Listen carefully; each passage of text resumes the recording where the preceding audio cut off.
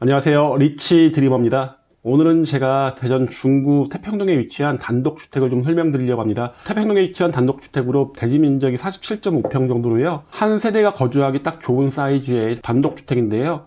연면적에 비해서 활용가치가 좀 높다는 장점이 있습니다. 그리고 인근 지역 호재가 좀 많은 곳인데요.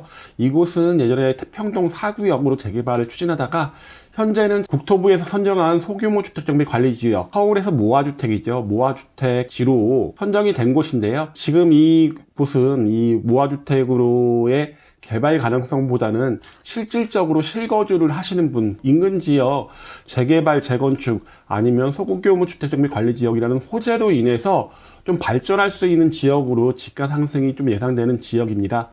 실거주를 하시면서 호재 상승의 영향이 있을 거고, 아마 이쪽은 아파트로 지어질 가능성은 없는 곳이다 보니까 좀 실거주 위주로 좀 접근하시는 게 좋을 것으로 보이고요. 지금 보이는 위치에서 요 면적입니다. 요렇게 지금 대지 경계선이 되어 있고요. 앞에 10m 도로가 있다는 장점이 있고요.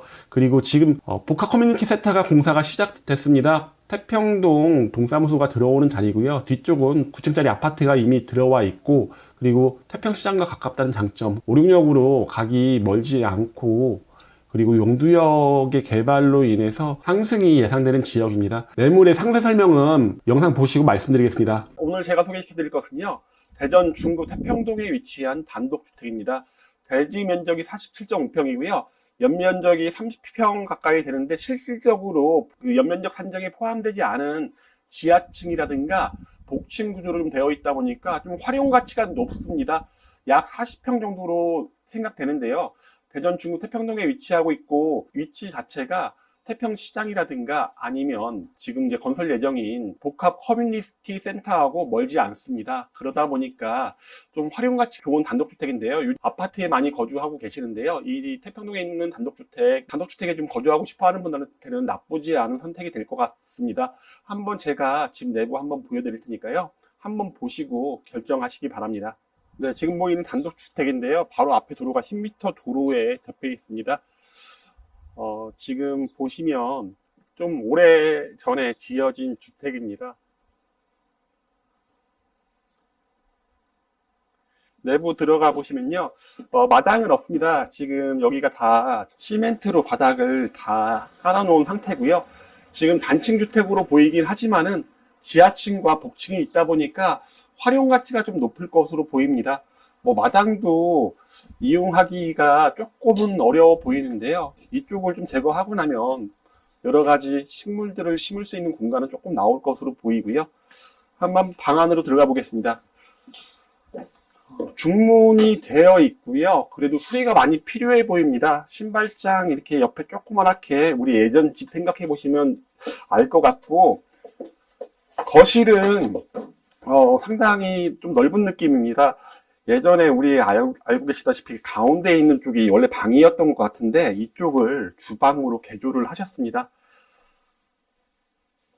이쪽을 주방으로 개조를 하셨고, 그 옆에 예전에 주방이었던 것 같은데요. 주방을 방으로 지금 꾸며 놓으신 상태고요. 사이즈는 그렇게 나쁘지 않습니다. 꽤 괜찮은 편이고요. 안방 들어가 보시면 안방 사이즈는 방들 중에서 가장 크고요. 지금 샤시라든가 이런 것들이 수리가 안 돼 있다 보니까 수리하는 비용은 좀 나올 것으로 보이고요. 주방과 거실을 좀 터놨다 보니까 좀 넓어 보이는 느낌이 좀 듭니다. 마지막으로 작은 방 한번 들어가 보시면요. 작은 방 하나도 사이즈가 꽤 크게 나와 있습니다. 전체적으로 방 사이즈는 3개가 다 좀 넓은 편이고요. 그리고 욕실을 들어가 보시면요. 욕실 이렇게 옆에 계단이 있다 보니까 조금 작은 느낌이 있고요. 세탁실이 이렇게 같이 이용되고 있습니다.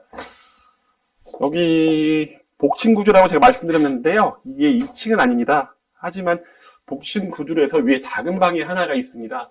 이 작은 방 때문에 좀 활용 가치가 높다고 말씀드리는 건데요. 이 방 같은 경우 보시면 높이는 제가 키가 한 180cm 정도 되는데 딱 그 정도, 딱 쓸만한 정도의 높이고요. 아이들 놀이방이라든가 아니면 서재 정도로 이용할 수 있을 것으로 보이고, 하지만 조금 수리가 전체적으로 좀 필요해 보입니다. 이쪽으로 가시면요. 이쪽은